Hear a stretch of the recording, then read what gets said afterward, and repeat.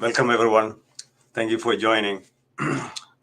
Today, we have a very special celebration show. Um, we want to recognize the International Women's Day, and we have an amazing guest to share their thoughts, perspectives, and experiences.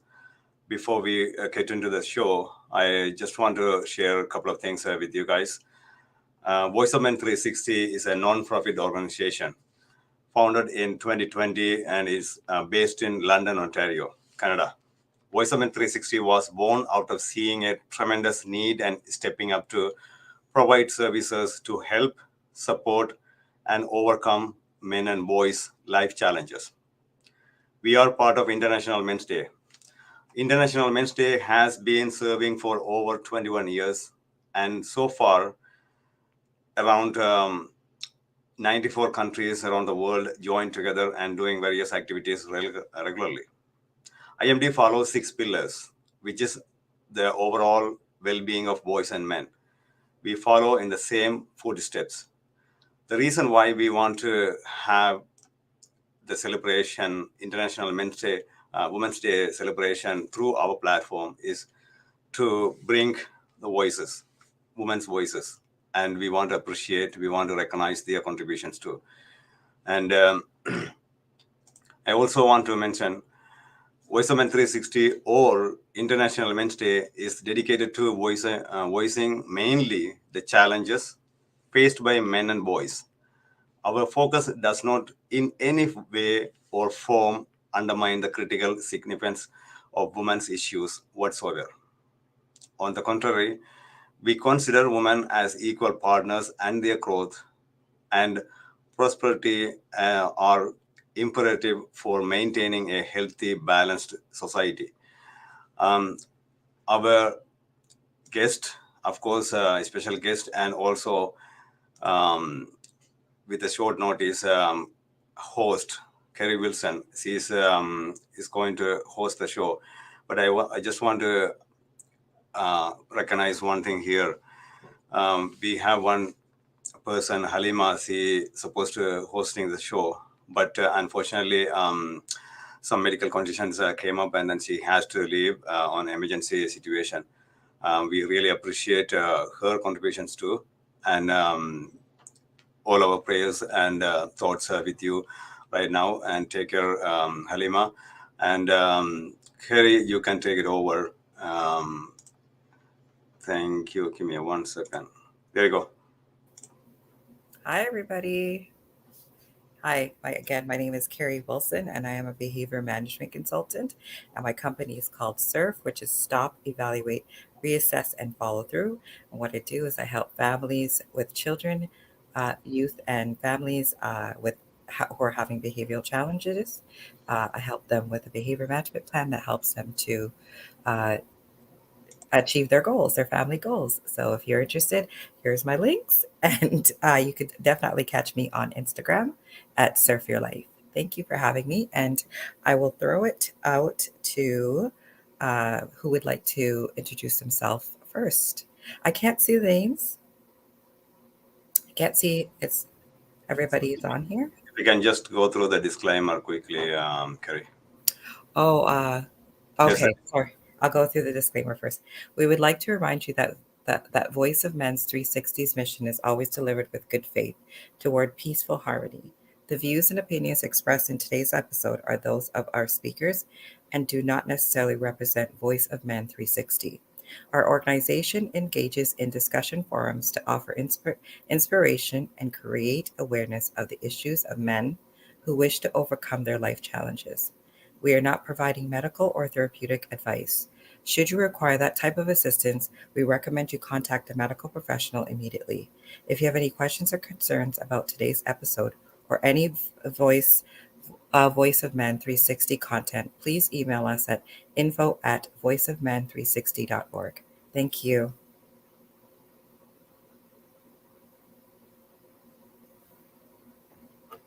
Okay, so if I could see everybody, that I could throw it to who would like to go next. Thank you. Now I can see everybody. So who would like to go first? I can call on you, or you can do popcorn style, just to give us a little bit of introduction about yourself, and then we will get into the conversation. I'll go with Linda. All right, I'll go ahead. This is Women's International, so I'll go with Linda first.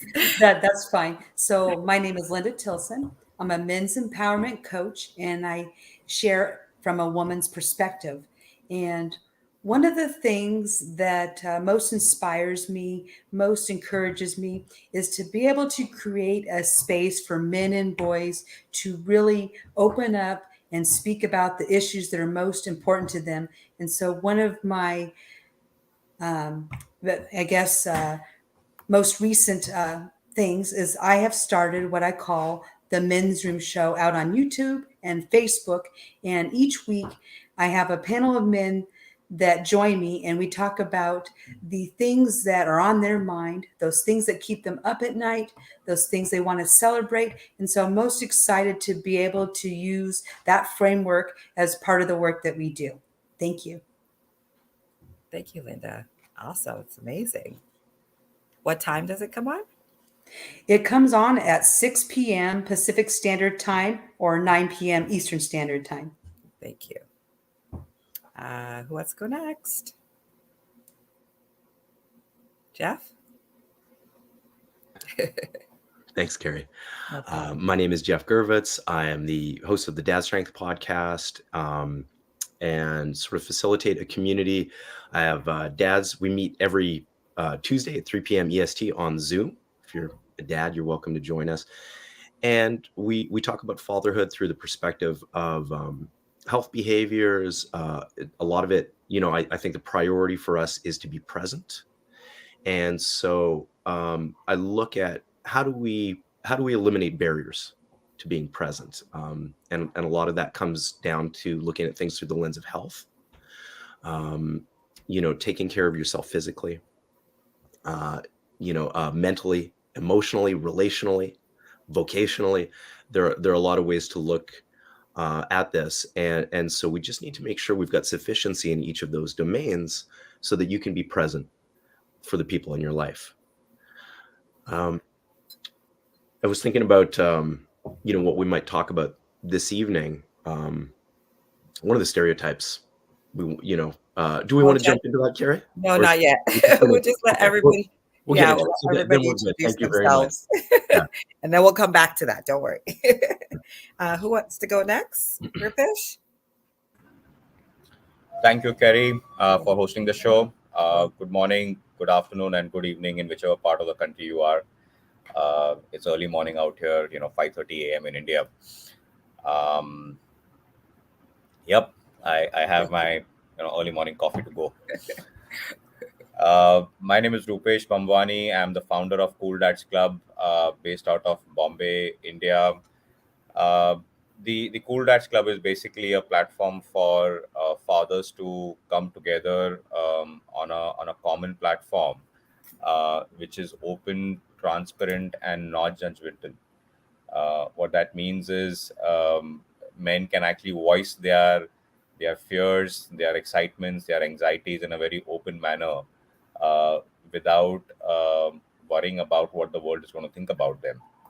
I think this platform allows fathers to come together in a way which is far more engaging, far more captivating for them, in order for them to realize that spending time with their children and families is the most important thing they can ever do.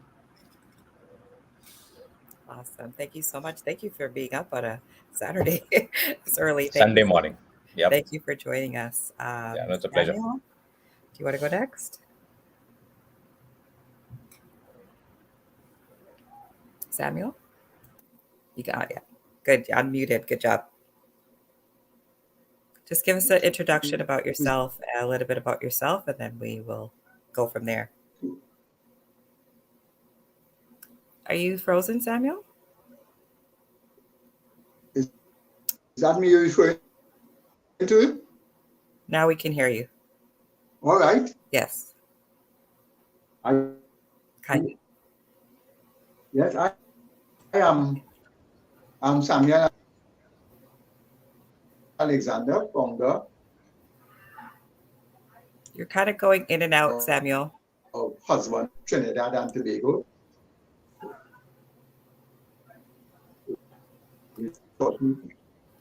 Yes, I'm Alexander, president and founder of Husbands Club TT, of course, the TT. Sorry, I think Samuel, you're having some technical difficulties. It's hard to hear you. Samuel, we can't hear you. You're going in and out. Samuel. Of course, based on the name, Samuel, spend more time, but have issues with wives and children and other family members. Okay, yeah, he's chipping in and out a lot. Samuel, do me a favor. Okay, can you turn off your camera? Right. I hope things improve with my connection. Yeah, we hope so too.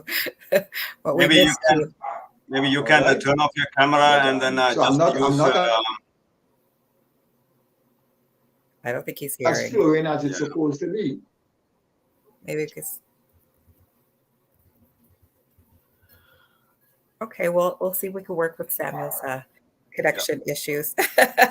So we'll move on.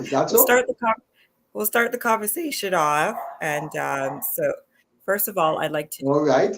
Can you hear us, Samuel? So that is what our club is all about. And he's still. Yeah, it's kind of like a delay too. Whoa, I don't know what is it's delayed. Oh, I'm very sorry. I am very sorry. Okay, we'll see. Yes, I am here. Okay, I am speaking. My mic is on. Yeah, but and my your camera connection is a little bit so I don't know off. what is the problem. That's okay. I'm okay. very sorry about that. So better you move on instead of my being a hindrance. Let other people speak and let's hope the connection improves. Okay, thanks, Samuel. So we're going to jump into the conversation, and I just want to talk about that we are celebrating International Women's Day, and this is why we've turn off my camera to have this discussion about international women. And for me, what that means to me is just celebration of women and all their achievement in our history, in our current, in our present, and in our past. So today we're just really going to bring light to those by just having a very light conversations about what it means to us. And if we can we'll go into our first question, which is, what are some of the stereotypes that our society facing nowadays, men and women facing nowadays, when it comes to men and women's issues? And anyone could start that, and I'll say that a little bit slower because I think I did that a little bit fast. What are some of the stereotypes that our society, men and women, facing nowadays when it comes to men and women's issues? So what are some of our societal concerns when it comes to the both genders? We can go popcorn. We can go first. Whoever wants to go first, or I could choose you again. I'll go ahead and jump in. I'm gonna break that stereotype by doing that. And so one of the things that comes up a lot is that people believe that women have trouble speaking up and asking for what they need and taking the space to have a conversation. So that can happen both in the family dimensions, speaking up for what you want in your relationship, but it also extends to the workplace. And so, a lot of times men and women will both be in a meeting, and then the men will easily jump in. They'll go front and center and speak. Women are thinking about when that they should come into the conversation, and that's changing. And so while I'm saying that's not a stereotype, it is something that because that is there, I think that the support isn't quite where it needs to be. So for an example, I'm just going to give this one example, and I've heard it used several times before, and it does come up. So if a man and a woman are side by side in a room and they share an idea, let's say the man shares it first. The woman shares it first, and then the man will then like come in and acknowledge sometimes, or that that they agree with the opinion or they support it. A lot of times people will defer to the man that's in the room, even though the woman might have brought it up first. And so that's something that does happen.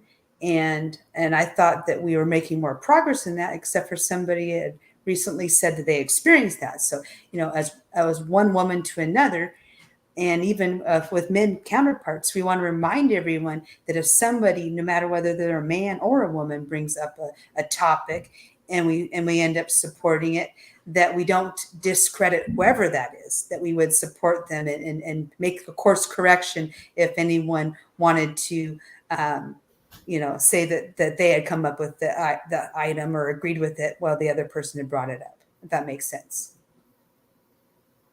And so in your work, thank you, Linda, for that. But in your work and what you see as a woman, your struggles, have you had any like real difficulties with the stereotypes that are going on still today?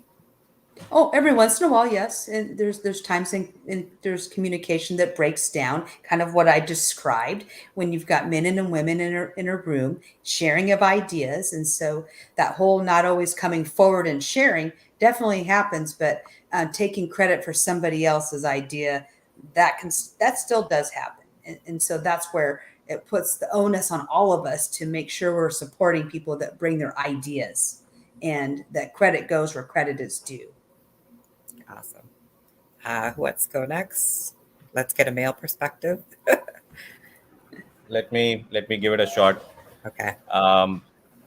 Thank you, Linda. I think your views on this topic are, very spot on. It really brings to light that the first and foremost thing that needs to done is women need to speak up, more. They need to make sure that they're getting heard. From my viewpoint, there are a couple of things that I personally believe needs to happen, and I think those stereotypes need to be broken at the earliest. The first one being that it is generally assumed that men are more aggressive and women are very passive. Uh, I think that's something which needs to be broken down. It is actually important for women to actually get more aggressive in what they do, and that directly relates into their speaking up. The more you speak up about what you want and what you don't want, directly manifests into people lending their ears to you, and it is taken seriously. Um, if you even look at how women even raise the children, they manage their work schedules, they manage relationships, they manage families. Uh, that itself is aggressive way of getting things done. If it is a passive nature, then it cannot be done. So by default, women know how to get things done. It's just important that they need to speak up a little bit more often than what men do. There is no such rule that men have to go first, as you rightly demonstrated in this call itself. You went first. So leading by example is the best way to do it. Uh, Second point that I have is uh, this notion that dads cannot express themselves emotionally. Yes, there is stigma in the society if a dad opens up and sheds a tear. uh, but because of the fact the way society looks at men being the non-emotional types, and the media, which is the news channels, the movie business, uh, they all in a way show men in a light that they are the macho kind of structure of the society. But if you are able to provide a space or a platform for men to open up, you can see a lot of emotions flowing through that particular channel. um, it does not come naturally for fathers to talk about what their journeys have been. especially when it comes to this domain. They are more open about talking about sports and business and politics. But when it comes to family topics, it is generally assumed that men can't do it. I beg to differ on that, because in the Pool Dads Club, which I run in India, you will see a lot of people talking openly about a lot of family issues, a lot of children issues, and even diving into how they are struggling with some of the aspects of raising their own children. So I think these two areas are something which the society needs to relook of how they are driving the behaviors amongst men and women. Thank you. Thank you. Thank you, Rupesh. Jeff, you want to go next? Yeah, I just want to build off of everyone's comments. Linda, I appreciate you jumping right in. And what I kind of heard as you spoke, I could imagine and think back to some experiences where the women I know are often great collaborators and will share credit willingly. When things are 50-50, and I think that's kind of where you're going. A lot of times guys will jump in and go, yeah, wasn't that my idea from inception onward?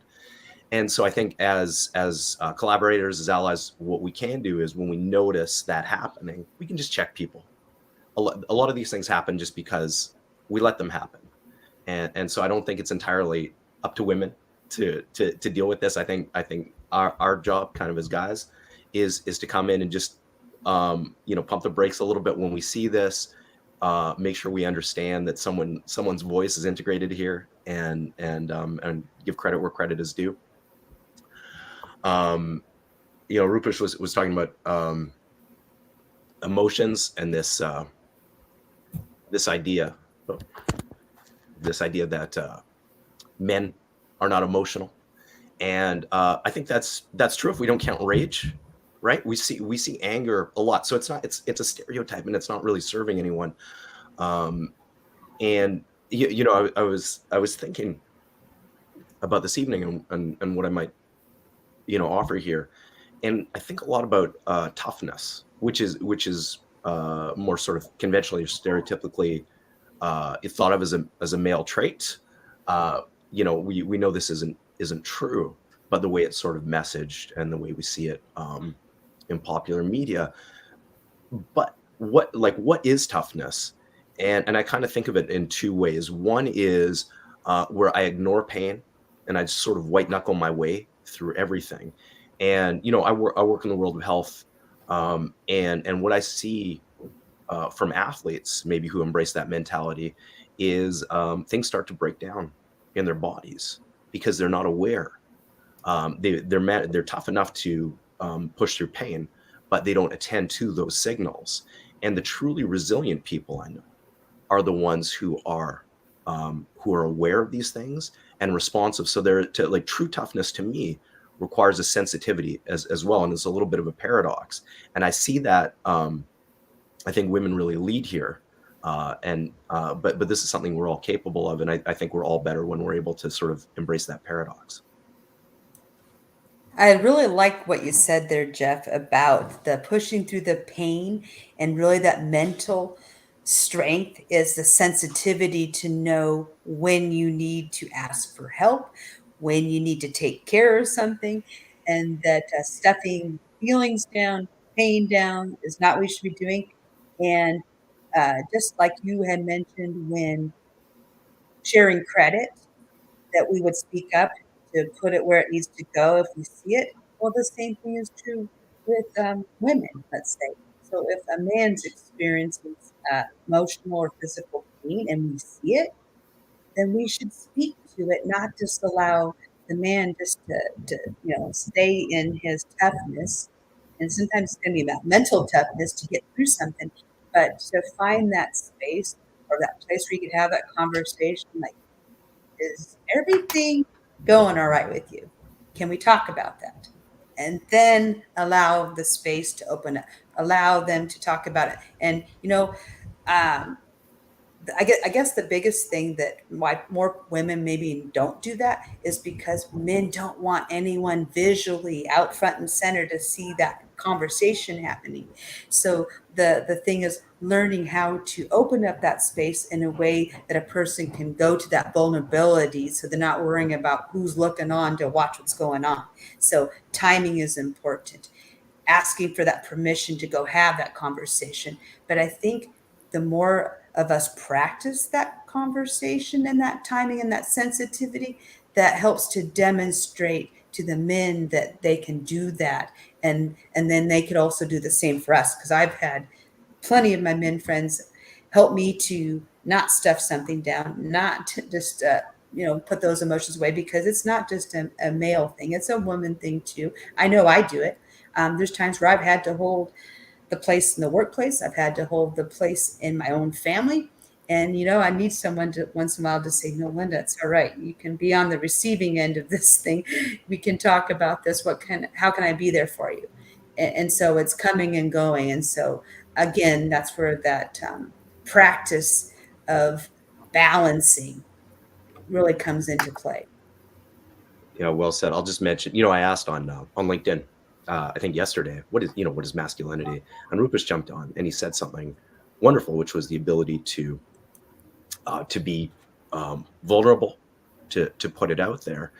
And this, we don't always think about toughness in that way. And it's not a physical or conventional toughness, but the ability to receive support and not feel diminished by it, I think. To just be open to that is so important to your resilience. And I think that's what a lot of guys struggle with, honestly. Thank you so much. I definitely, for me, being Black woman and having it's a cultural lens that you also have to look from too. We're coming from intergenerational I don't want to say curses, but baggage that comes with it. So it's also having to break those within your family and within your culture, and also having to go into the workplace and having to work through those as well. So I think for me, stereotypes are negative biases that people may not be and may be aware of, that they need to address and they need to have conversation and dialogue with, and not be ashamed, but have some empathy towards not only themselves, but towards others who are struggling with those biases and helping to address those. So I think calling somebody out on their biases or something like you said, excuse me, I gave you that idea, and women feeling comfortable to be able to do so and not feel the pressure and the shame. And are you going to be labeled this? Like, am I going to be labeled the angry Black woman if I'm assertive? I don't like the word aggressive. I like assertiveness more than aggressive. So just calling that out and being comfortable, be able to have those open dialogue, those conversations, I think for me is what breaks down stereotypes, and also what I think negative stereotypes are adding to this world.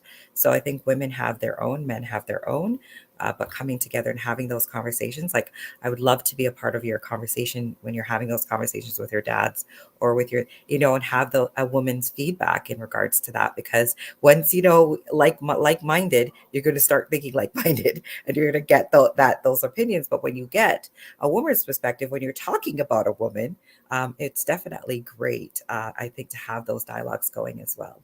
So for me, breaking down those stereotypes or thinking about stereotypes, that's how I look at things. Is I'm going to address it. My voice is going to be heard whether you like it or not. And it's not my responsibility to take on your feelings about what I'm saying, because I know my intentions is not to hurt or, anger anybody, but it is definitely to be able to get my voice across, and being able to be be seen in the room, take up space. So that's for me. Samuel, are you ready to come on back, or is your Wi-Fi a little better? Okay. Yes. I hope this is much better now. It is much better. I could definitely hear you better. So I'm going to say the question again, Samuel, so that you can answer. You can give us your opinion on the question. So what are some of the stereotypes that society, men and women, face nowadays when it comes to men and women's issues? Right. So the first stereotype that I want to deal with is what I met in my teenage years. A stereotype that women do not run down men. Men supposed to run down women. That is what I grew up in Trinidad and Tobago. So men were the hunters, and women have to sit by and they will watch and they will see 10 people hunting them. Which one will I take on today? Which one will I take on tomorrow? And that was proper stereotype for women and men in my teenage time. And even up to now, if a woman is only decides to act like a hunter, she is still looked upon as unlike a woman's um, gait. Why you're running on the man? Wait for him to contact you, and so on. So that is a stereotype, and I think that will be so for a good while. I don't know if there are societies where the women hunt, like in teenage years and other times, track a man as a man is supposed to track a woman. So that's a stereotype. Another one is concerning, if I may say, when it comes to just um, eating and even being in the home. You'll want to think that from in the house, the man will be expected to do around the house housework, and the woman will be more inclined to do the cleaning the kitchen, brooming, and taking care of the dinner table and so on, and the man will clean up all around the house and so on. A stereotype, but I do not feel I do not feel untoward with such a stereotype. I would like to know how women feel about being a sex object to men. Because if women are walking, 3 women are walking, and a man decides to call out generally, hey, none of the women know who is the man had in mind. If in that person's mind, the male, the wrong person say, hey, how are you going? And the man respond, not you. You know how devastating mentally that will be for that woman? Again, it's just stereotype. So there are good stereotypes and there are bad stereotypes. Once we understand the society you live in, and you want to be a civic-minded person, you just live with it. That's my thing for stereotypes. Great. So Samuel, because you weren't here, can you introduce yourself? Just tell us a little bit about you, and then we'll move on to Rupesh's. Yes. As well. Yeah. Yes. Okay. I am Samuel Alexander. I'm the founder of Husbands Club TT. That TT stands for Trinidad and Tobago. I did that in 2006 when there was a time in Trinidad where for about 7 days straight, the front page dealt with husbands or lovers disfiguring their wife or their lover. And it hit me like a ton of bricks. There were other male groups existing, and I just decided, let me just add another dimension with Husbands Club and zero into people who are husbands. So that led to going around with my other team members, visiting places where men are and where men are not when they should be. Like in PTAs, we tried to visit PTAs and we did plenty of contact with schools to go where men were not regularly.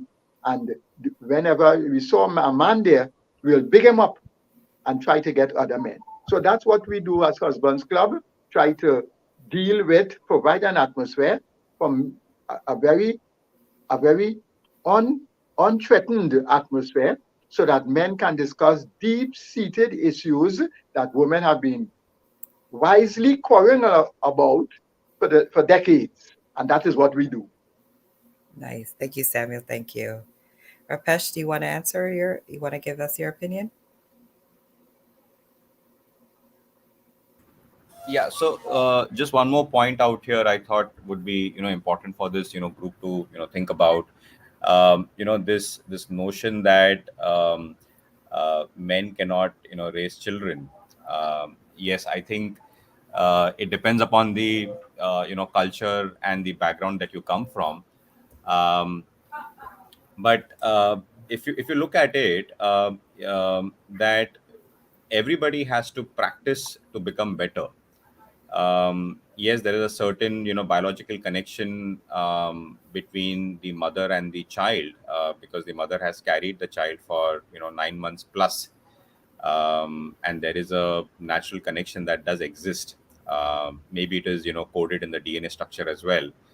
Uh, but when the baby first comes out, nobody has the practice of holding a baby, or even caring for that baby. Um, it is very easy to say that I cannot lift the baby because I'm not used to it, or I don't know how to, or I'm nervous.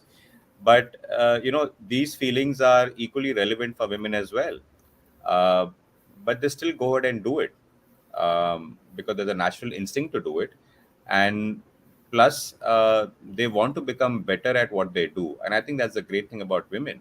They put themselves in positions which men usually shudder to get into.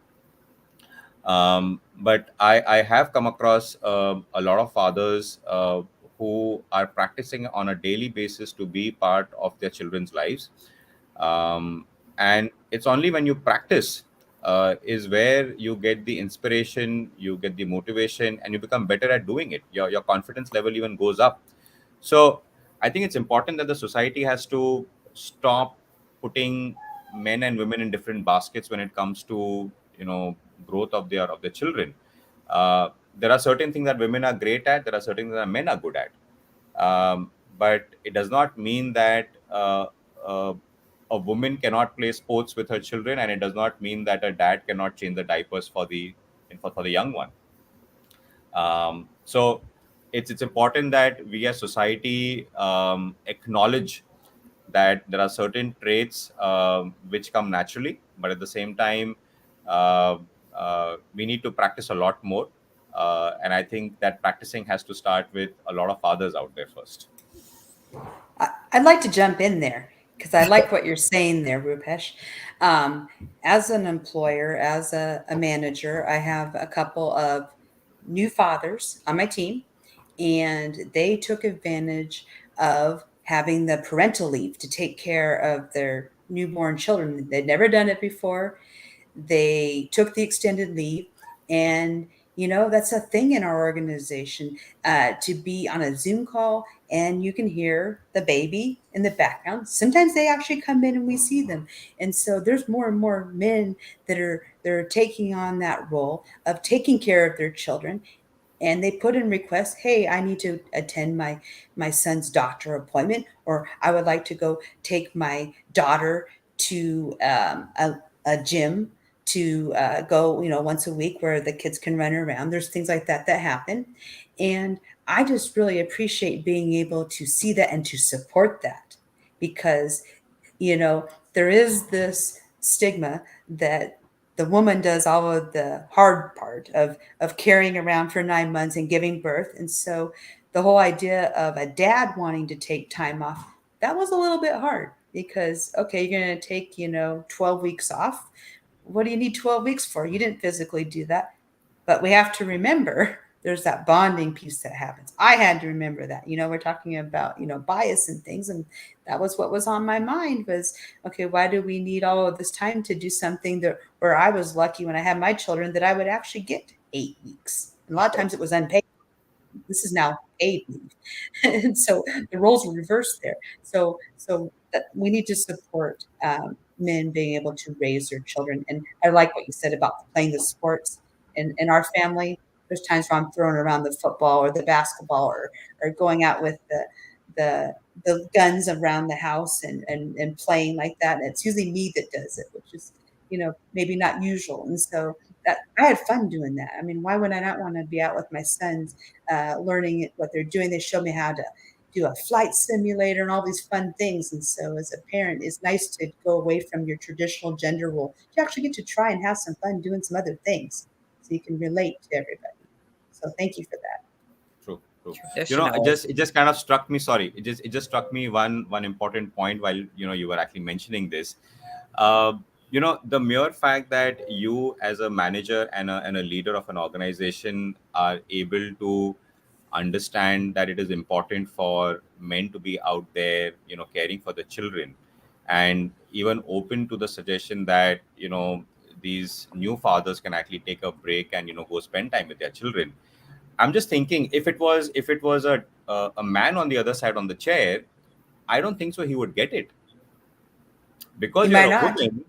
Exactly, because you're a woman, you are far more sensitive to the needs and the requirement that dads have to put themselves out there to get the work done. uh, but unfortunately, I think if it were a man sitting on that chair, I don't think so he would buy into it. That's again an area of big concern that I see, that men cannot relate to this need of being out there. So in a way, I think we are probably better off in the world if we just have women leaders. I Men agree. should just take a step back, guys. But I think it is it is now that where it's both in workplaces that Mhm. both women and men can take parental leave, and it's called parental leave now. So I think it's getting better. I don't know in India or Trinidad if they have that, but definitely in Canada they do have where the men and the women can take parental leave. And I think a lot, yeah, as you said, Linda, a lot more men are doing that, are feeling comfortable to do that. And I think it's so great that they are, because it is so, if like anybody's a mother, it is so hard those first few weeks. And especially I want to, when you said, Rupesh, that it's our nature, some women is not our nature. So breaking down that stereotype, it isn't our nature to nurture. So we do have to learn it. We do have to, especially because it could be trauma from your childhood and how you were raised. So you've just kind of even the natural nature that we think that we should have it, because of the background that I work with children, youth, and families. I see that it's not always in our nature. It has to be learned behavior as well, because of our traumas and stuff. So I definitely love the fact that men are taking it more and seeing it as a need and not an option. To at least, I mean, you don't have to take the full 8 weeks or the full 4 weeks or however long you get, but definitely helping out those very formal times when the baby's just gotten home is so important to be supportive of your family in that sense. So thank you guys so much for the comments. I really appreciate it. It's really great. The other, I'm going on to question 2. How can we break those stereotypes? And I think we've already kind of gone into how some things that we could do differently, like the parental leave and stuff. But if there's anything you guys want to go into a little bit more, then please feel free to do so. Well, I think one way to break the stereotypes is, first and foremost, remember that we're humans first before we're a man or a woman. So you take off the label there. Then you take off the label about the women should do this, men should do that. And sometimes you have to think about when you show up. So when you're being the example, so I gave the example of the workplace. And so I gave you a bias, but I also gave you, why I thought was important. I encouraged it. So the other men in the chair, in the office, in the organization, they would see what I was doing. Okay, it's important for these staff to be able to take their parental leave. And yes, they're getting everything done, everything's staying together. So why not? So it was like all of those things. And so really just setting the stage by example, encouraging other people to see other perspectives, and allowing the time to take place, because sometimes these things take a while to take effect. And so knowing that not everyone's going to adopt your perspective or ways of seeing things, but allowing other people to also have their opinions and, take a little longer maybe to get there. So having patience. Definitely agree with that. Yes, definitely. Who wants to go next? I would like to find out why I don't think certain stereotypes should be broken. And of course, I am backing the groups in Trinidad that are imploring the government to pass legislation so that organizations can give men the parental time needed at birth. It is not so. I just heard, I'm so glad that is it in Canada? You have that free time and the legislation to back that. So that is not so as yet. We are hoping that that can come about. Nice. But I love this stereotype that man is a protector. I am enjoying that stereotype. I wouldn't want that broken. I love this stereotype to know that my wife depends on me to be her protector as much as I can, you know. So there are certain stereotypes that personally I wouldn't want to see broken. But if the society, and that could be what, next 200-300 years, it takes so long to have things change, and then the people who are there will adapt to it. But for now, in our country and the Caribbean, there are certain stereotypes that will be here for a long while again, when it comes to cooking in the home. It just happens that I grew up with my mother cooking, but my father was a great cook. And when he cooked, we used to eat what he had and leave mommy food alone because he was such a good cook. So that is a matter, as was said before, we can take away that we are human first, and then a male or a female, and each home that is made will make their own stereotypes in their own home for success in the home.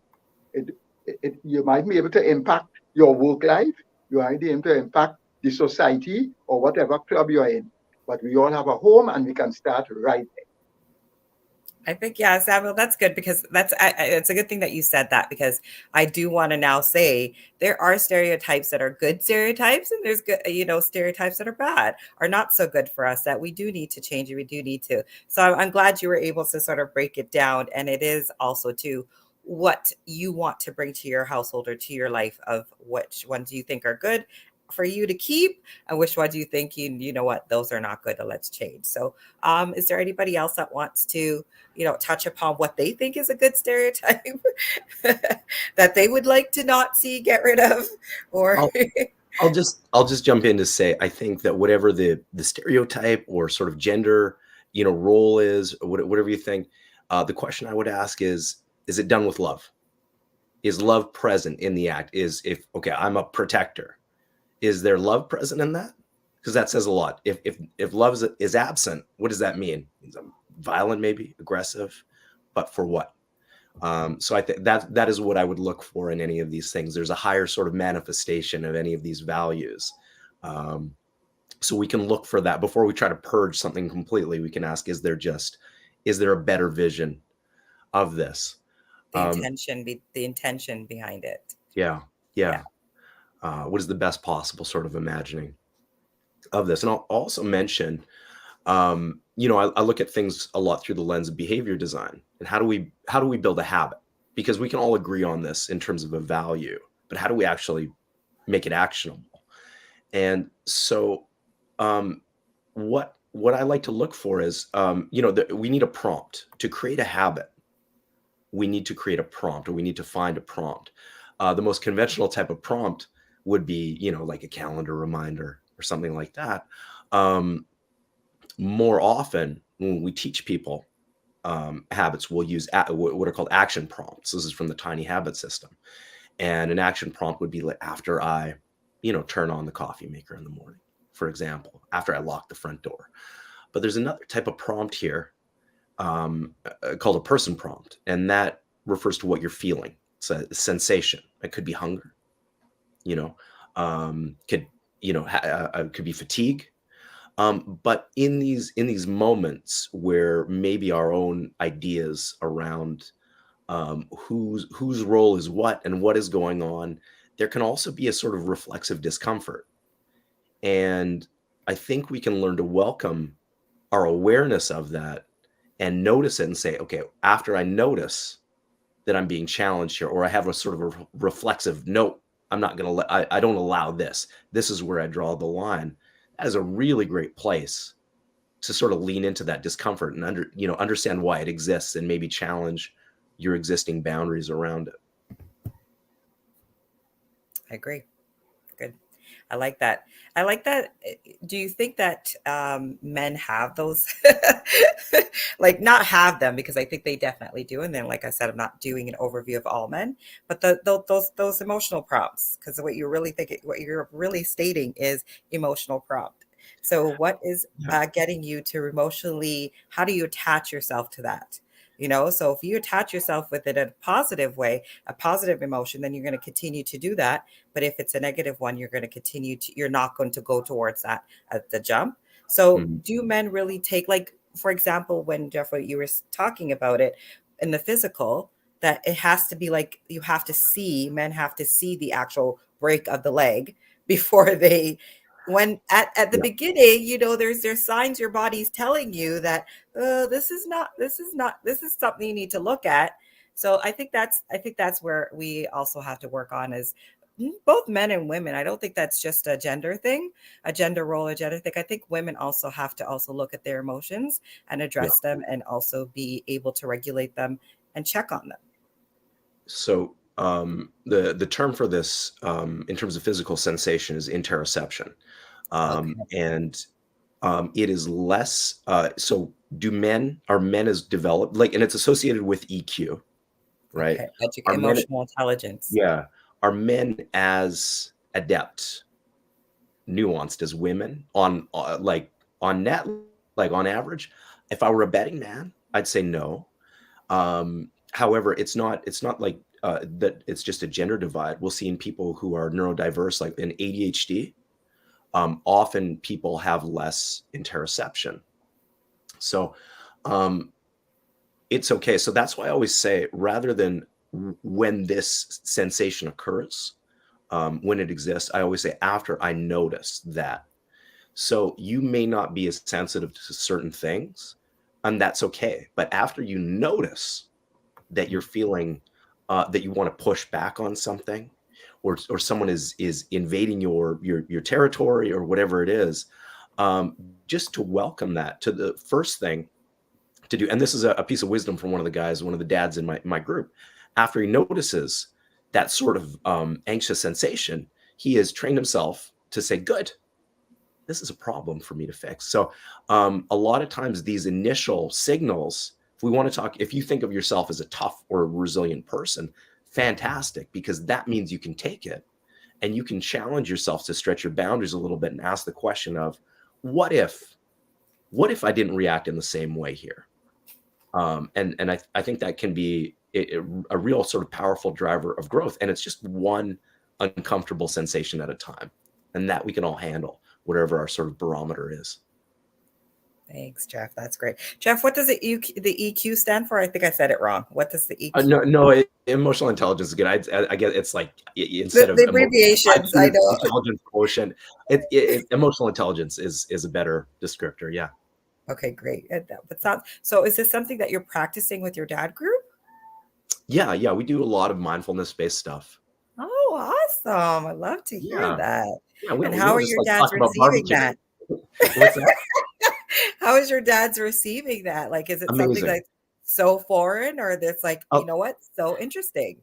So I run my day-to-day is I run a personal training studio in Toronto. And it's been a long time. Maybe 10 years ago, we started a powerlifting club.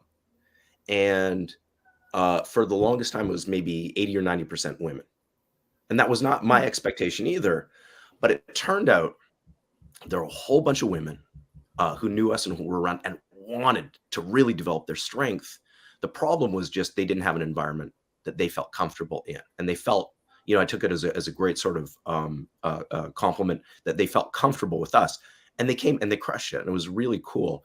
And I have found the same thing in men, talking about emotions, talking about mindfulness, talking about intentional parenting. We just had to create a space for it. The guys are there, right? If people want to come in and be hardline about something or super dogmatic, we know it's not going to be a cultural fit. So I think with a lot of these things, you just you have to create an environment where it's you feel comfortable and you feel welcome to do this stuff, and what emerges very organically and very naturally from there can be amazing. Can be amazing. Sounds awesome. Thank you. Does anybody else want to jump into this? I just was going to add on to what Jeff was saying about making that space and being comfortable, because sometimes when I speak to, we're going to have a men's panel, we're going to talk about emotions and all these different things. I got a little bit of pushback saying, well, men are going to want to come and be a part of a conversation with a woman there. And my response was, well, the men that are comfortable, that's the space that I'm creating. That's the space that I'm in. And I respect both spaces, the ones where the women are present, and then the ones that it's an all men's group or an all women's group. Personally, I like the blended group. And so that would make sense that I would create a space like that. And so anyone that's not comfortable, they don't have to come. I'm not forcing anybody, but the space is there for the people, the men that feel comfortable wanting to be there. So thank you for sharing that, because I can picture the group of the women wanting to go into a space to do the power training. And so not every woman would feel comfortable, but it sounds like you made a really great program in space. And so I applaud that. I agree. I Okay. definitely agree. All Go right. ahead. Go ahead, Samuel. Right. Now, most churches have more women than men. For whatever reason, the sociologists could go into all the depths, but within the Caribbean, most churches have more women than men. Those same churches have more male leaders than women leaders. It's just how the society has evolved in that sphere. And anybody who wants to live in it, you just know that is so. But that does not take away from the man who wants to use that opportunity for his spiritual engagement to visit. He might want to go in a place and do it home. He might want to just meet with one person or a smaller church with 3, 4. So it's a matter of just seeing this. And I'm not making any big fuss about it. I'm not going on it. If I get the opportunity to go in the churches and said, we need more men here, who is going to bring them? When I started the Husbands Club TT in 2006, I used a hotel for one Sunday every month, and I used the newspaper to get free announcement about our sessions.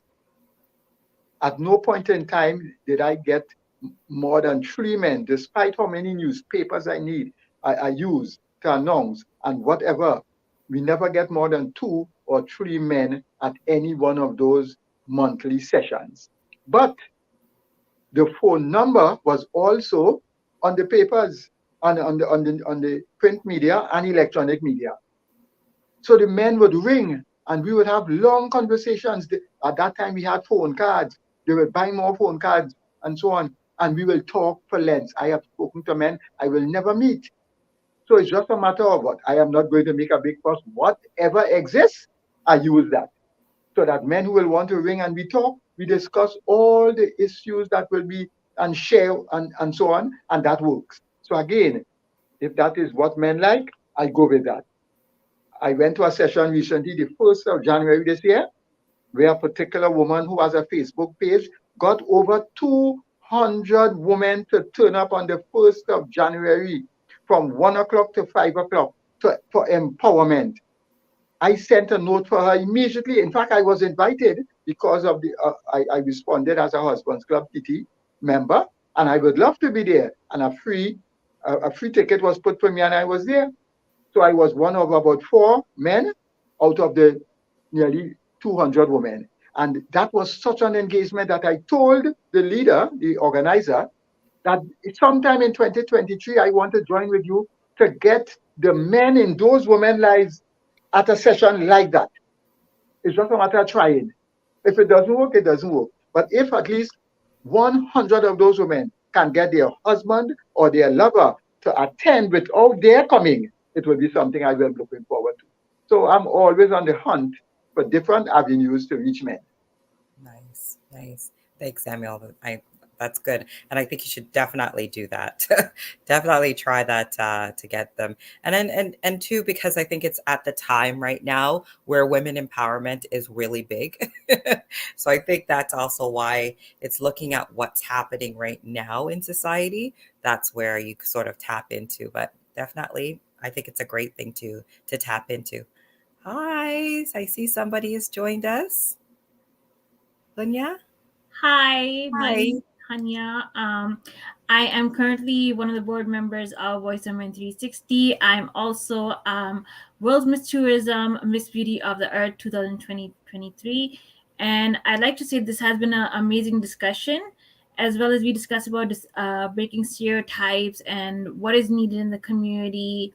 And as the community keeps changing, there's going to be men and women involving in every different profession. And I think that's good, because sometimes we have to switch. Sometimes we have to take charge of different gender roles at different places. Like sometimes what men is doing, that thing women can do. Sometimes what a woman is doing, men can do. And sometimes, like for example, if you say if a woman can cook really good, so can men. If men can fix a car, so can women. So you look at that way. Thank you. Thank you. Thank you. I love your crown. Beautiful. So we can go into our third question for tonight, and it is, which I think we've been talking about a little bit. Oh, Hanya, did you? You did give us a little bit about yourself, which thank you. So did you want us to? We'll go into question 3, and we'll start off with you. Okay. So how can we support each other, men and women, and breaking these stereotypes?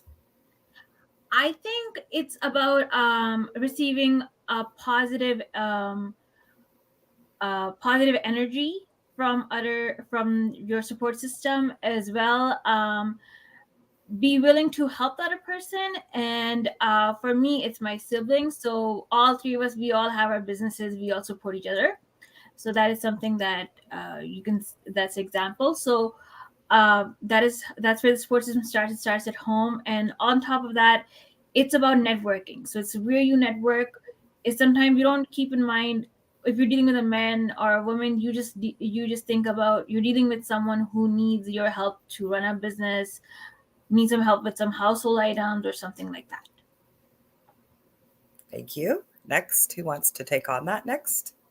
I'm just going to pop in to say I unfortunately have to depart early. I'm glad Hunya's here now. I can kind of pass the mic of the baton over.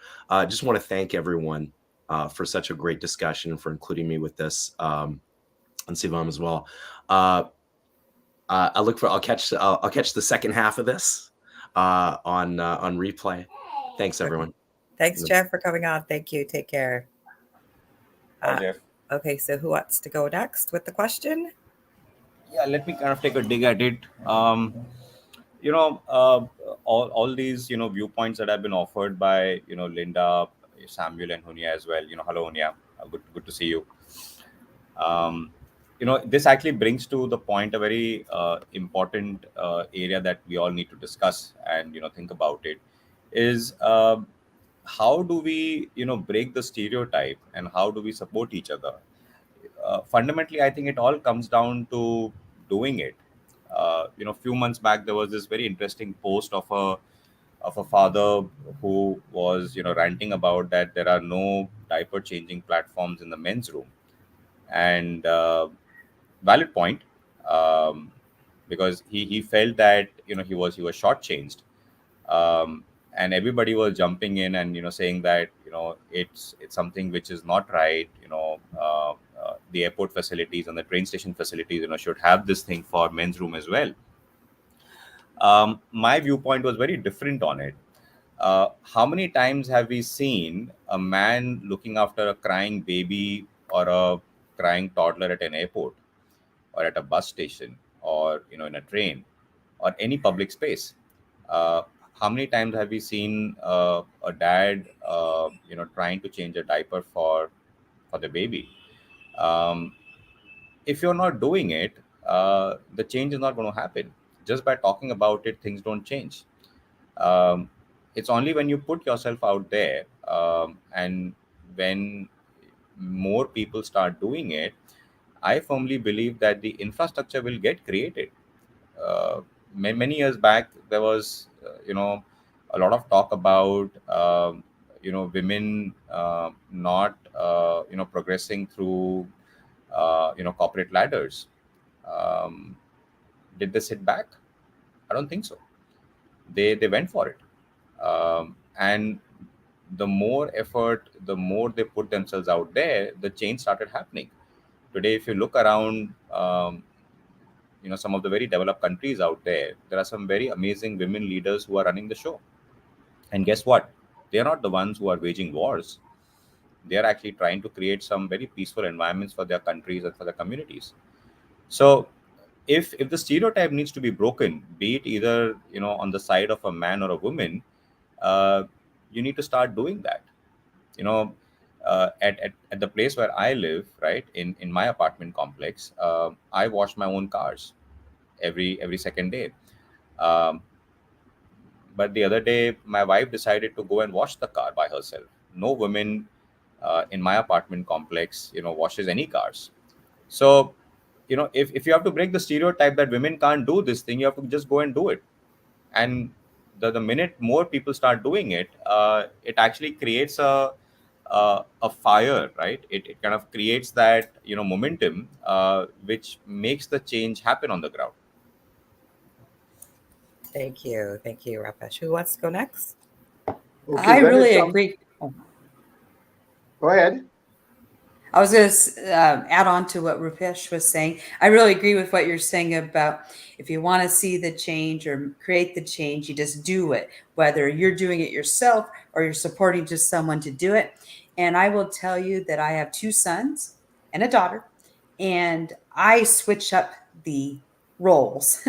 And if my son wants to learn how to cook, I help him cook. If my daughter wants to go out and do something like working on a car, then I'm going to help her do that. And by doing that, we show that we don't have to fit into a box. We can be interested and curious about something that's not a traditional role. Because why wouldn't we? Why wouldn't we want to do that? And so I'm always encouraging my kids to go do different things, and creating that space. I've taken them to possible places where they might want to work or a career they might want to have, and so that very much. I mean, you look at different stereotypes about where men and women excel, and so you still have the sciences are where the men go, and the other social nurturing type things maybe the women will go. Well, why not mix it up? Because there's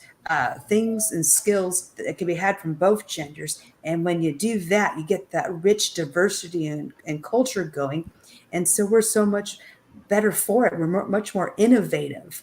And once we start that, the momentum keeps going, and it takes years to break these stereotypes, to make that progress. So it begins today, and it begins with each one of us. And if we have kids in our world or our life, let's do it where our kids can walk into the life that maybe we didn't quite have yet, and then maybe they'll make a little much more progress with their kids, and so on. And that's the only way that it's going to happen, is it begins with us. Exactly. Yeah. I think the part which you said of mixing it up, I think it's not only it brings that enrichment that is much required, but it is actually very fun to watch as well. To see my son struggle on areas which he probably may believe that this is a domain for the women, but when you put him on the spot, uh, he realizes that it is something that he himself is struggling with, and it is fun to watch how they kind of change their perspective and attitudes, and start respecting the things that they believed was easy to do and it was taken for granted. you know Yes. and the same thing applies to my daughter as well, where I have trained her how to change a spare tire on a car, and she's amazed at her strength, because she never thought that she could do it. But the minute I give her the tools, uh, she realizes that she's got this inner strength, which could not surface if you wouldn't have given the tools to her in the hand. So it's important to go to mix it up, because as a father, it's actually funny to watch how some of these things develop. Yeah, give them the tools and the space, and then the encouragement. I mean, it doesn't get much better than that, does it? Exactly. Right? Samuel? Yes, could I say something here? Yes, Samuel, your All turn. right. The same way you asked the question when last you saw a man change a diaper in a train or in a public space. When last you saw a woman changing a tire, is that as regular as a man changing a tire? Again, it's just how we were brought up. What about when I was in my teenage years? I can't remember seeing a male nurse. That was 40 years ago, 45 years ago. Never saw a male nurse. By the time they say nurse, I think woman. From the time I'm small, nobody told me that. I just noticed this from the hearing of the adults. You're going anywhere, nurse, female. And look at the other area now. While women were the cooks in the home, when I reached 25 and into the 30s, I realized now that chefs, there are more male chefs, I think, if the census is taken, than female chefs. Again, whether along with chefs, they are also business owners, but chefs anyhow, and that's deal with cooking. So there are things that can organically happen. If I'm interested in being a nurse as a male, it is easier now than it was 40 years ago. And things will change as things go by.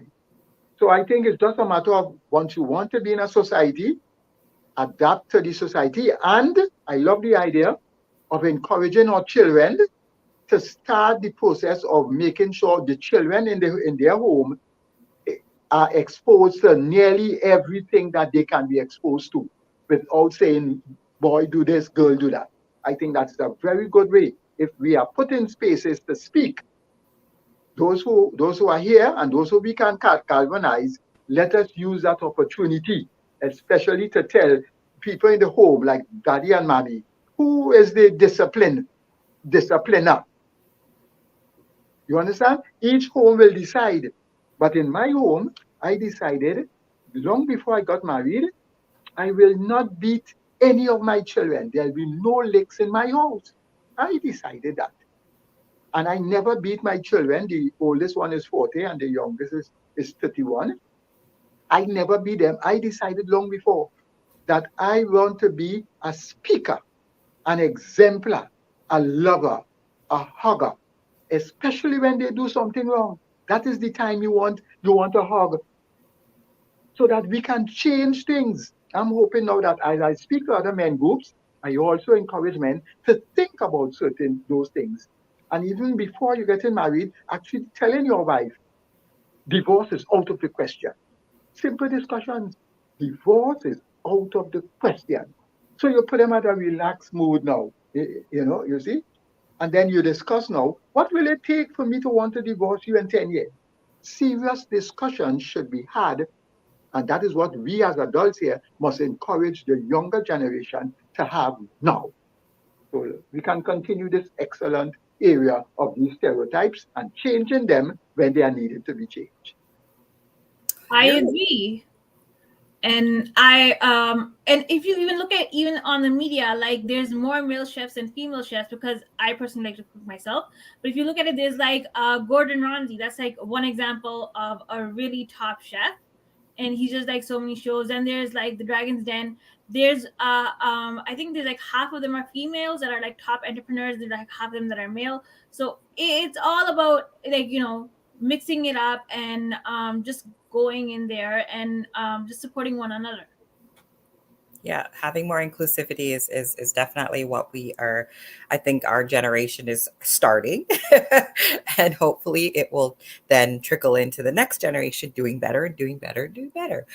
So definitely I think for me in regards to the roles and the gender roles, and I think those are still things that we are struggling with, and I think it's still things that we have to sort of figure out. What, instead of saying gender roles, it's more an item of who's better at this. If I'm better at the cooking, then I'm going to cook. If I'm better at accounting, then I'm going to do the accounting for the family. If the father is better at cleaning, then the dad's going to clean, or the partner's going to clean, or so that the kids, and I come from a single parent home, as well as my kids are from a single parent home, so they don't have the balance of being able to be like, this is the male's role and this is the female's role. It's literally we all our team and we have to work together in order to get the household things done. And if they're not good at it, I'm not good at it, we'll find somebody who is. You know what I mean? And so I think that is so true in regards to inclusivity, is just instead of putting all these labels on things and this has to be this and this has to be that, I think it's just finding what you enjoy doing. Like Linda, letting your children try different things and exposing them to different cultures, different ideas, different things, because culturally we are still, if we travel and we go to different parts and we are immersed in different cultures, they still have these stereotypes very strong in different areas, and they still have culturally identities, what we call gender identities, very strong. So going in and saying to a different culture and saying, okay, this is what you should do, or this is what, is not sensitive and it's not inclusive. So figuring out what exactly everybody's role is, or everybody's niche, I like to call it, and then going off of that instead of saying women should be doing this, males should be doing that, but finding what people enjoy doing and tapping into that. But it is a big part of what we expose our children to in social media, in media, in books, in reading, in listening to as well. So changing those little steps too can also be a great addition to breaking down the stereotypes of today's world. So I think for me, chivalry is never dead. So I definitely teach my boys to be civil and to be respectful to women, and to treat women with respect, and also to treat themselves with respect and dignity and all those areas. And I don't think that is softening them as people with stereotypes would say, that because men come from a woman only household that they're soft, or they're going to be less masculine in that sense, or feminized as society will let you be. If you've met my 4 boys, they're men and growing into men. And so breaking down those negative stereotypes in our heads, and as well as our biases, is another, like I always go back to the biases, is always breaking down those thought processes and making life and society more inclusive to us all. Okay. Did I miss anybody else? I didn't, right? In regards to our question. And so I think right now we can go back, like if there's a question that you have for Hunya, if you have a question for Samuel, I think we can go back and forth and sort of ask each other questions if we have any. And then I'll give you my final question for tonight. I think for me, I do have a question for Samuel and Rupesh, because you guys are in totally different places and totally different has been brought up differently. So what are your what are your biggest struggles that you see that's happening with with male and women in your where you live? Right now. Yeah, right now. Right now, women are being maligned and being ill-treated in a greater proportion within the last 2-3 years in Trinidad and Tobago by their husband or lover. The sociologists are saying that because most of those men are working for less money than their wife or lover, their self-esteem is lower, and they are looking for ways to equal the playing field, and they are looking for it in the wrong way. So that's what the sociologists are saying. But in recent times, it is alarming. It is uncomfortable to read in newspapers day by day and seeing young men and older ones who would have said to that person, "You are my love, you are my baby," and something happening after, either because the woman chose to educate and to do courses and to improve in whatever area, attracting more salary, and the man now is feeling how and being encouraged by other men. Boy, you taking that, but yeah, don't let she get away, and so on. So that is one of the major challenges in Trinidad and Tobago now, and a few men groups. I just joined a man group about a year ago by the name of Men Can, and we are dealing and trying to get the news out there to these men that there is another way out. That's it. That is one of the main challenges now. So, Samuel, just to touch a little bit more upon that, is it the fact that the men are, why aren't they why aren't they going to school and getting to better themselves so that they can get the jobs that, what is the disparity with the job titles, I guess, I don't know, job Well, pay, I guess. well, when I was small, I only used to see male teachers more than female teachers. Okay. Now, it's different. It's 20 to 25% male teachers and 75% more female teachers. Now, I don't see a problem with that. I don't know if men are being emasculated because they're only seeing women in charge of them from school. And then they might look now they might have a mother who might be whether a single mother or living with a husband and more dominant. And then they end up choosing a wife now who has more strength than them. I don't know how organically that move up, but it's just the situation now. Whatever is the reason, I am interested in the solution. So there are things causing it, but we have to get men to think sensibly. That's all. Think sensibly. You are a mathematician, you know 1 and 1 is 2. There are consequences. So it's a matter of, if you grow up in a home where your father used to bring home money and you don't know where you're getting it from. Now you go up and the other male telling you, well, listen, boy, these women have all the money. Why go and work? Let them work and bring home the money and let us take the money and spend it. So I'm still to find out what is causing this disparity. That's really interesting to me, that this dynamic, because I'm thinking whoever's bringing home and supporting the family and it's contributing to the, everyone shares in the money. So whether the man's bringing all the money in or the woman, it shouldn't matter. It should be the family units bringing in the money. So you should want to stand behind whoever is bringing in the money and support them. And so it's a shift in the mindset, that because you talked about how it's important and you want men to stay in the provider role. Well, providing comes in a lot of different forms. It isn't all financial. Providing means loving, providing and providing security and safety, stability, and the emotional stability, emotional intelligence.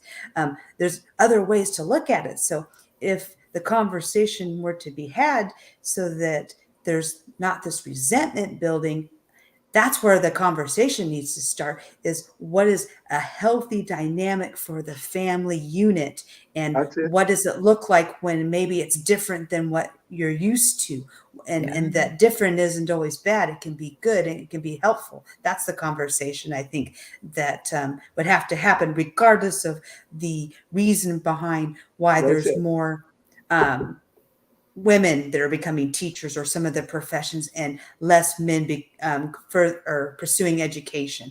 Regardless of that, it's the mindset about what is good.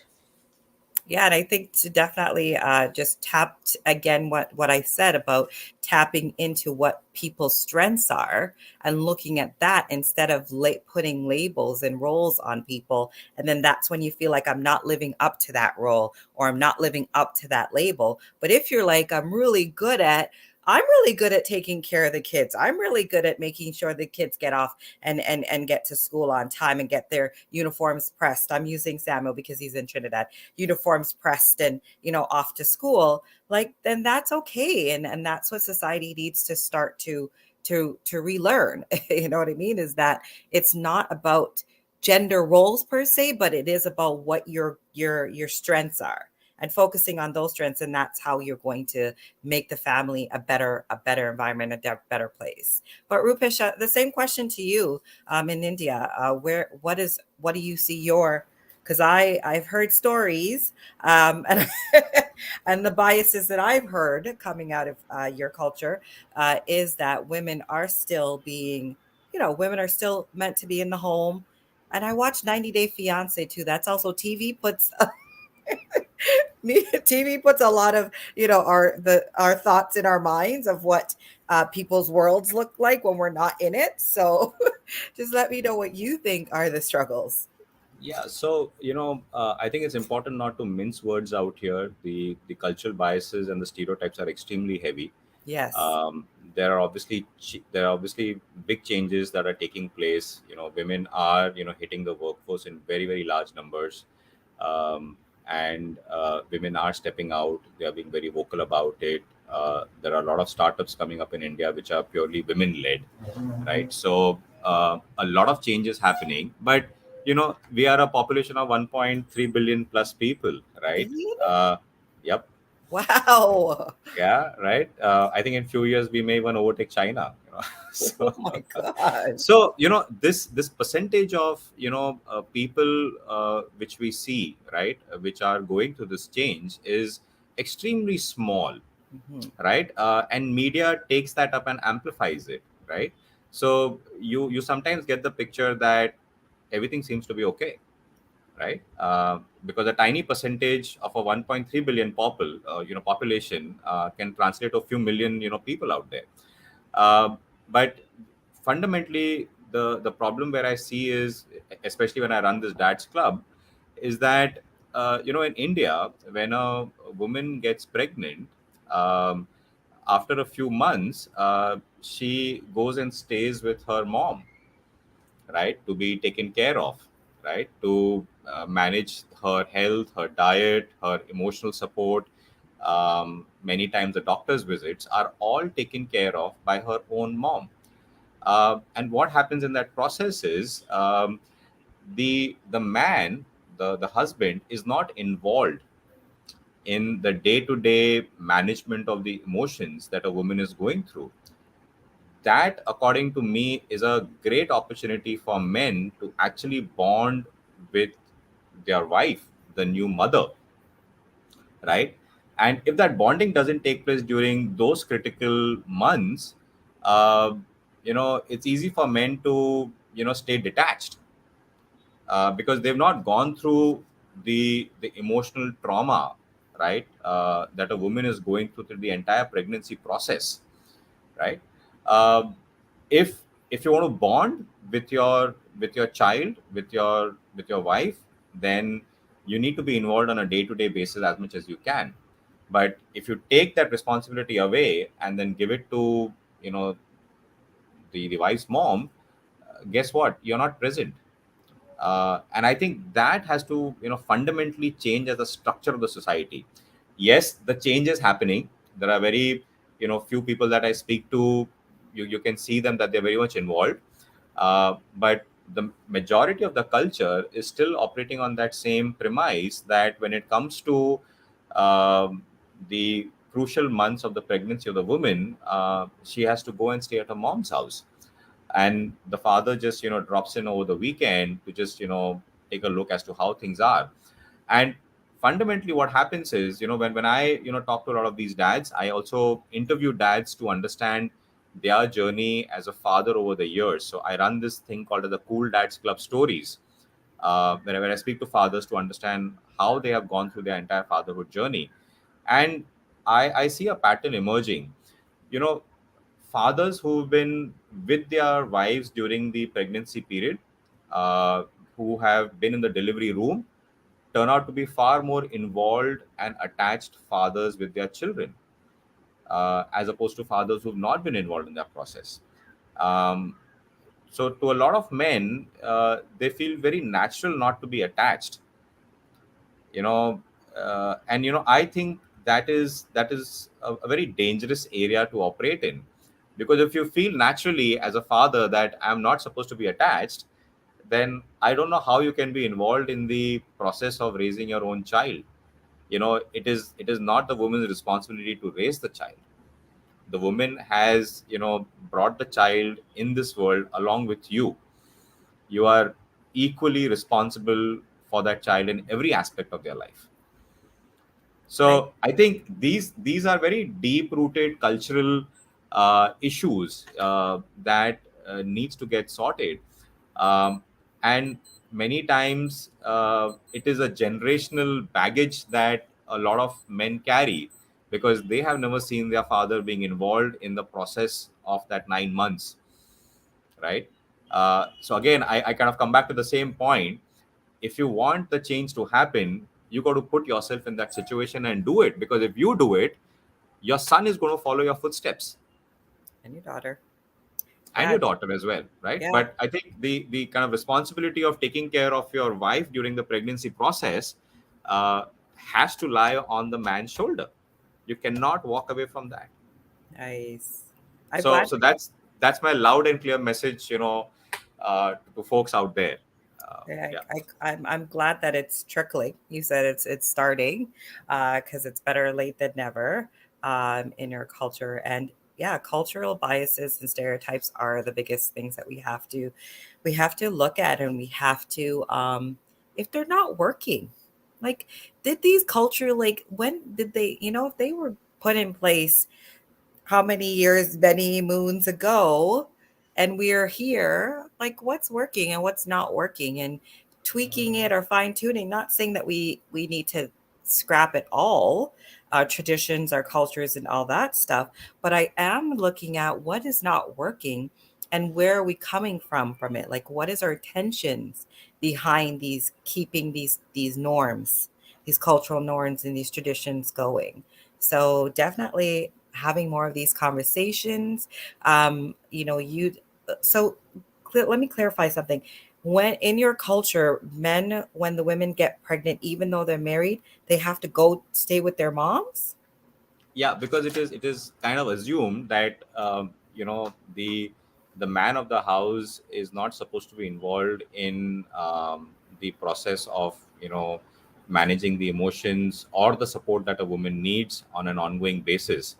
um, so it is generally assumed in the culture that after maybe 3 or 4 months, you go spend 5 months at your mother's house, and the delivery mostly takes place in the town where the mother lives, or in the city where the mother lives, and the husband just goes to the hospital when the woman is going in for a delivery. Or maybe just few days before that, the husband will go and stay to make sure that the logistics is kind of taken care of, because men feel that if I just drive my wife to the hospital, I've done my part. you know Wow. that's rubbish. You're not a delivery boy. I mean, no, In a sense. no, no pun Pardon the pun. intended out here. No pun intended. But at the end of the day, you got to be there emotionally. Yes. You have been part of the process of she becoming pregnant, right? So don't just walk away from that. Even if the offer is provided, even if my mom would have told me that it's okay, I'll look after the baby and the kid, it is my responsibility to say, what, no, hold back. I think I'm in this, right? She's my wife, I got right? it. I Yeah. need to look after her. Wow. Okay. Thank you. So you got to do that. You got to do that work to make that change happen. And again, the cultural shift can only happen when an individual starts doing it, and hopefully it can inspire other people to do it as well. And I think that's where you will see the transformation taking place. It may not happen in the next 20 years, but I'm very confident that if you start doing it, I think, as Samuel said, some of these changes take 100, 200 years to take place, but you got to start doing it right now. Yes, definitely. Thank you for sharing. Any questions, the panelists? Do you have any questions for each other, um, before we move on to the next? No, we're good. Okay. So the next part, the next question is, because it is International Women's Day, and we want to know from each and everybody of you, give me an example of a woman in your life that influential, inspirational, ones that shaped your life, that has shaped your life in some shape or form. I'll go ahead and Anybody jump can. in. Yeah, I'll just jump in. So I'm going to say my own mother. So, she always set the stage for, if you want to do something and you have a desire to do it, go do it. And so I've always, if there's something I want to do, I'm going to go out and explore it. And even if things aren't stacked up in your favor, you ask for help, because when you don't ask, the answer is no. But when you ask, the answer can open up doors. So that would be like one of my leading principles, that I don't just assume something can't happen because something's not stacked up or the resources aren't there. If they're not there, I'm going to go ask. And it's moved a lot of things in my life, having that perspective, and just encouraging other people, other women that, they want to go after something, not to have that limited belief that they can't have it. Just find a way, if you really want something bad enough, you're going to find a way. And that's the one thing that I really learned, and that's been influential to this day. Awesome. Who wants to go next? Let me take a shot at it. So it's actually very, very natural, to say that you have a role model as you grow up, right? In my case, I really did not have any role model to grow up, except the fact that my mother was ever present in my life. So me and my sister, who's 3.5 years elder to me, we kind of grew up without a father, because our father died when I was 5 years old. And my mom immediately took up the responsibility of being the male and the female of the house. So when people ask me, did you kind of miss your father, I'm like, no, because mom did everything that was required to be done. At the end of the day, we may talk about a lot of things that should have happened, could have happened, the traumas of growing up with a single parent. But if you, as Jeff said earlier, right, if you do everything with love, a lot of things then don't matter. What good is a family if there is domestic abuse going on, or the father is always screaming at the top of his voice, or beating up the kids? What good is to have those parents if you live that life? So if you are able to bring love into the equation of a family where children feel safe and protected, then I think it kind of leaves everything out of the equation. So for me personally, I think the biggest change that was brought into the life was the ever presence of my own mom. So nothing kind of beats that. And then over the years, my sister took over the role. So I have two moms now. Nice. I hope your sister watches this so she can see that she's your role model. That's so nice. If this was a 15-minute clip, she would definitely watch it. I love it. Monya, do you want to take it away? Yeah, so I will say, like when it comes to I think cultural norms also play a role in this, because sometimes you're expected to be in a certain way, but at the same time that is not true. There's a lot of things that go in there and that don't go in there. But at the same time, let's say a woman is earning more than the men, so that is also something. But at the same time, you have this kind of conflict that arises in there at some point, because that's what I know. If you actually look at some cases, and that's where actually this conversation about having more pay, that's where equality comes in and equity comes in there. And yes, in South Asian culture, there's a lot of things to do with comparison, or who is better, or what is expected. And that's where I think, for me, so yes, I have two siblings. How my family works is, my mom is also a single mom too. That's also one of the things.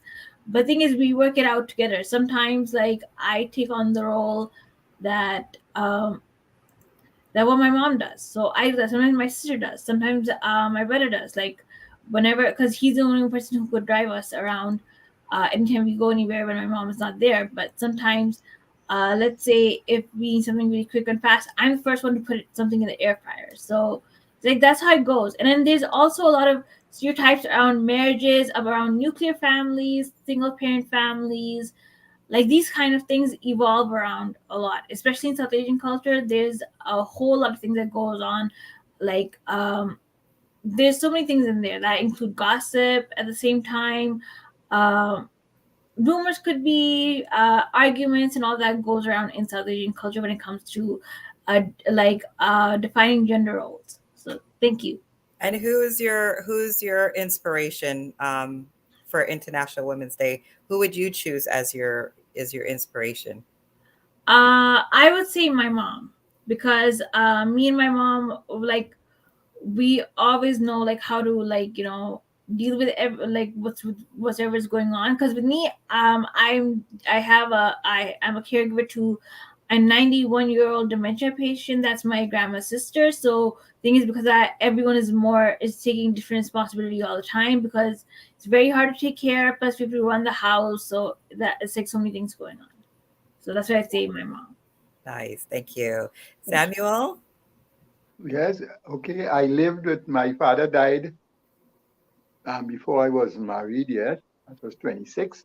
And my mother, she lived about nearly 25 to 30 years after.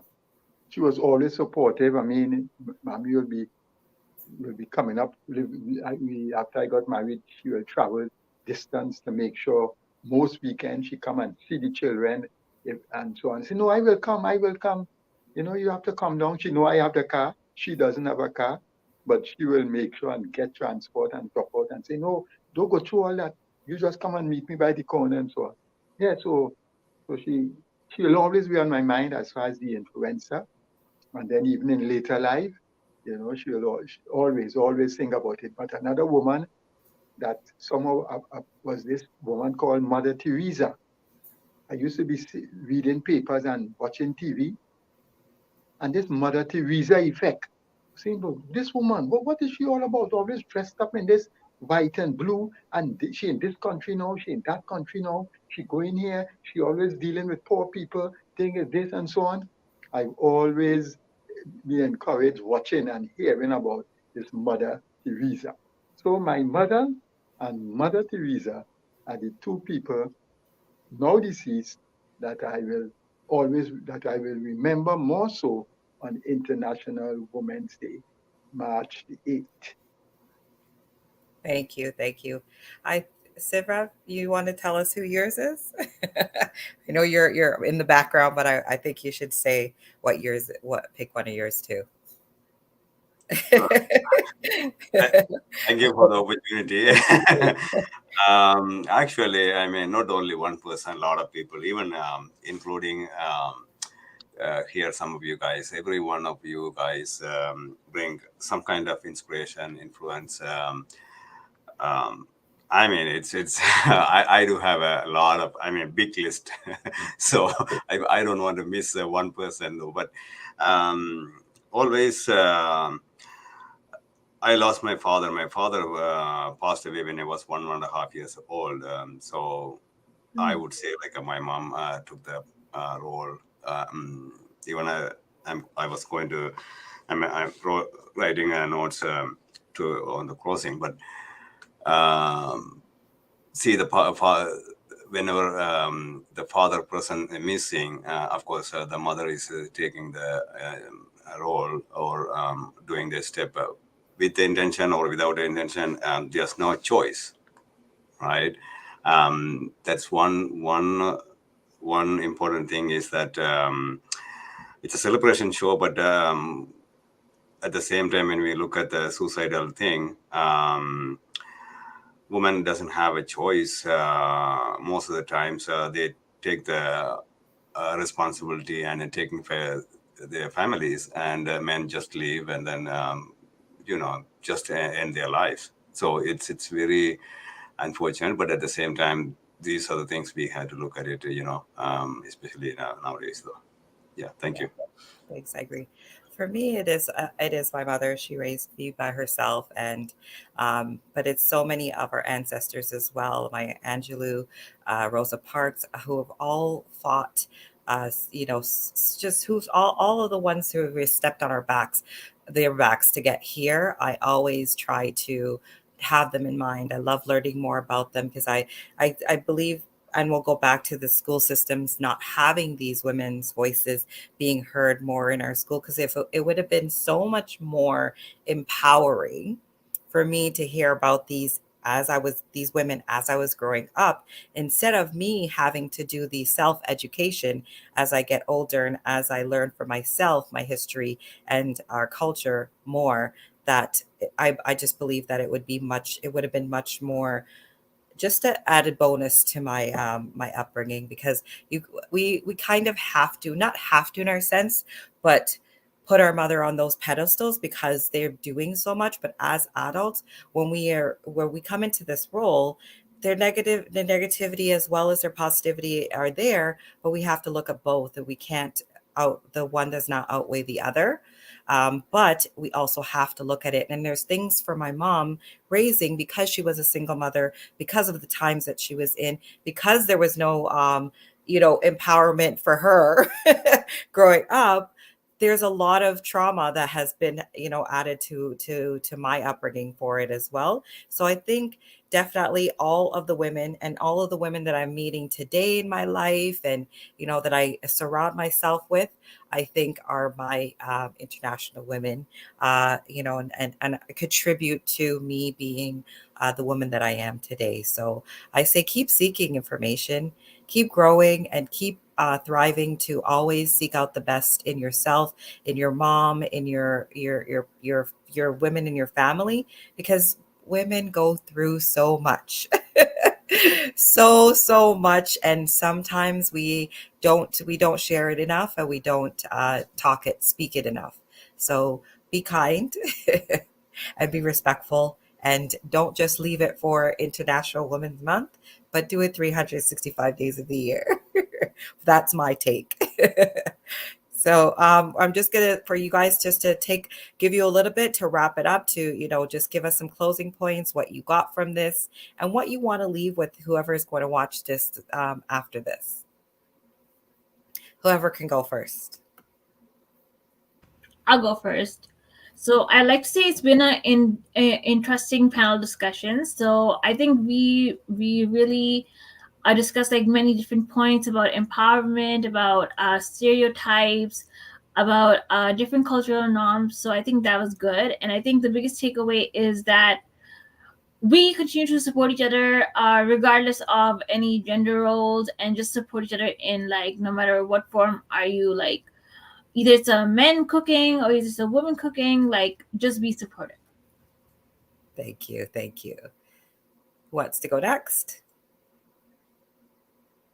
Well, for everyone that will be watching this, International Women's Day, for the men, I will want them to always remember, whether they are incarcerated or not incarcerated, whether they are physically challenged with sight, hearing, walking, despite your situation, you are still valuable, not only to yourself, but to women. Keep in mind that whether it was through vaginal birth or cesarean, a woman you came through. A woman you came through. So that if you are not looking, if you say that no other woman played a part in my life, keep in mind that you came through a woman, and try to use that, if that is the only thing could be used to put you in a state of mind that you must reach the highest level in respecting women, all ages, children under 10, teenage years, respecting the wives of other men, respecting your own wife in the presence of her own friends and her workmates in proper speaking, respect, body language. And if that can be kept in mind, I am sure that that that a woman will feel emotionally satisfying to know that men are putting them where they belong, not where we want them to be, where they belong, which is in our mind as the people who supply so much to us or emotional support. Granted, I mean, men might be looking at other men for things that we know we always used to look at women for it. But whatever is the situation, I will want men to improve on the aspect of respect for women throughout the world. Thank you, Samuel. Thank you. Linda, you want to go next? So, as we're closing out today, I'm thinking that we should show gratitude and thankfulness for the women in our lives. And where we can support another woman, we should, whether it's speaking up because she needs an extra voice or a listening ear, or just paving the way of what it means to be a woman in society. I think all of those things. And we don't want to forget that we also need the men in society with us. And so, that thanks goes to them as well. Um, they need to be thanked for their contributions in our lives and the things that they do to protect us, to pave the way, to provide that emotional support, whatever that is. And so that's the thoughts that I have that come out of today. Thank you. Thank you, Linda. Rupesh? Yeah, I think this particular session has been extremely enriching, not only for me and I think the rest of the guests as well, but I'm sure the people who are watching this show live and then kind of maybe later as well. It's very rare that you get to get people on a platform which allows you to look at different viewpoints being offered by people coming from different backgrounds, different cultures. I always believe that when you have a melting pot, you're always better off, uh, because we all, no matter how much we like to put ourselves onto a pedestal, we still have our own biases. And I think it's important to break those biases by enriching this conversation with people coming from different backgrounds. So I think one message that is very critical for the International Women's Day, as I think Samuel already said, that I I don't think so. We should ever forget that we men are here uh, purely because women got us here. Uh, if there were no women on planet Earth, there would be no men on planet Earth. Right.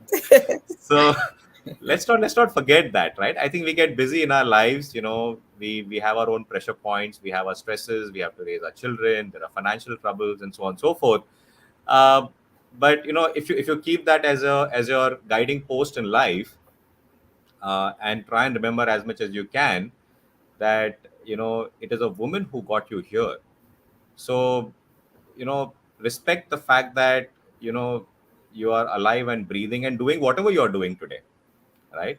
Because of that one individual. And I think that's why if you go to see Samuel, myself, Kerry, Sivam, we all said we owe it to all to our mothers, right? uh, so I think it's important to keep that in mind. And bottom line is, it takes a village to raise a child. So by working together, by collaborating with your wife, with your partner, with your spouse, uh, you can actually raise the child in a much more better environment. And for single parents out there, I think there is a lot of support that exists out there. Single parents, according to me, get a lot of respect, because I saw my mom raising two kids by herself. It's never too easy, but there's one thing that I've known about women: if they want something, they will go and get it. uh, So I think it's important to collaborate as much as you can, whether you are, two parents or a single parent. Uh, go out there and collaborate. Go meet people. There is a lot of wisdom and knowledge that exists out there, and it can only benefit you and your family. Thank you, Rupesh. I want to thank the people for coming on and watching. Charmaine Lane, thank you for your comment. JW, thank you for your comment. We appreciate it. We appreciate everybody else who has joined us. And for me, on to end off the note, I am just so encouraged with all of these men on here who are just doing it in their own life, in their own right. Savan, he's always coming up with these awesome, but I know it's a team. I know it's a team effort, but and you having some women on your team, I'm sure, which Hinya is one of them. Hanya is one of them. So I'm just so encouraged, and this is what I'm taking away from this panel is seeing that you guys are doing the work out there, and you are trying to get men to to do their own work, because I know women are always trying to do it for ourselves and our children and our families, in a sense. And I just love to see that there is more women. I mean, sorry, there's more men and all different kinds of men too, doing their work and doing their parts to make the stereotypes, make the world a better place, is what I want to say. So I just thank you, and my hats off to all the men doing their part. And for our women, Linda, Hunya, I just thank you guys for your contribution as well. Continue to, I don't even have to say continue, because I know we're going to. I'm just saying, always take time for yourself, always take time to appreciate all that you do and all that you have contributed now and coming up. So thank you guys all. Thank you, Sivan, for giving me this opportunity to be a part of the panel, and also to be able to jump in for the host that had the emergency come up. So thank you guys all for joining. I'm like I said, I'm just inspired by this. And JW, wonderful collection of panels. Thank you, JW. I agree. Thank you all. I really appreciate. Thank you, Kerry, because a very very short notice. So we didn't expect that. Thank you for jumping in and accepting my request and hosting this show. And also, thank you, Halima. I know you couldn't make it, but even you can watch it again. But we are thinking about you. So, of course, we will do then the next show. You can do it. So don't worry about that. Your health is very important. And Linda is the one who introduced Halima. So things like that. And Henya, actually, thank you for the suggestion, the topic. So things like that, each one of you guys, contributed in such a way. So thank you all. Even Jeff, he joined late. So it's a really amazing panel. I wouldn't say that it's a discussion. It's kind of like an interaction between one another, and we get to know each other, and awareness we are creating, especially to recognize on the International Women's Day. So some people may have questions, why should men organization had to have International Women's Day? But this is the reason. So the ecosystem or the nature or whatever you call it, it's we are part of the nature. So we had to bring voice from each side, and then we want to listen, and then we want to have open discussion. So that's very important nowadays. That's what we are doing. And with that, I have closing notes for our audience. So Voice of Men 360, just come back with closing. Just give me 1 second, all of you guys. So if you want to be a guest on any of our shows or willing to be part of our organization, help us directly or indirectly, please reach out to us. We would love to work with individuals professionals, experts, community organizations, associations, corporations, government officials, and businesses. Our phone number is 437 889 8329. Email address info@voiceomen360.org. Website www.voiceomen360.org. You can find us on all the social media, Facebook group and page we have, Voice Omen 360. Join our group so you can see our daily activities, and please invite your friends to join. Other social media platforms, Instagram, LinkedIn, TikTok, Twitter, YouTube. Of course, please subscribe to our YouTube channel, Voice Omen 360. One thing I want to emphasize is that Linda brought a very good point. The parental leave, and some of the companies, some of the organizations, or even some of the government, some of the countries are looking into that, doing changes. But we want to encourage, or we want to put a humble request to everybody out there, organizations, big corporations and companies, to look into those very seriously, to give same opportunity for men too, right? This will encourage, give an opportunity for them to learn and doing their part too. That's what it is. And also, don't just watch as just one of the shows. This is my humble request: is just share the knowledge or the information you just experienced or you just listened, and spread the word. That's about it. All right. Thanks a lot, everybody. Good night, Happy- Thank everybody. you. Okay. Good night. Thank Yeah. you. Thank you. Pleasure meeting all of you. Thank you. Bye bye. Very nice.